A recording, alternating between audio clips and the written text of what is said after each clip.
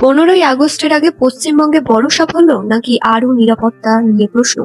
সম্প্রতি পশ্চিমবঙ্গের special task force হামিম মণ্ডল এবং অর্পিতা সরকার নামে দুজনকে গ্রেপ্তার করেছে। তদন্তকারী সংস্থার দাবি, হামিম মণ্ডলের সঙ্গে জঙ্গি সংগঠন জৈশ-ই মোহাম্মদের যোগ থাকতে পারে।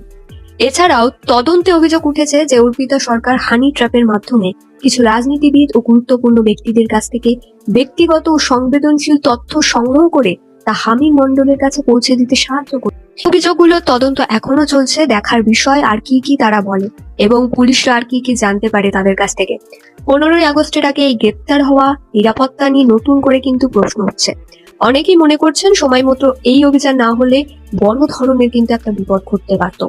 তবে তদন্ত শেষ না হওয়া পর্যন্ত সব তথ্যকে অভিযোগ হিসেবে দেখা হচ্ছে আপাতত।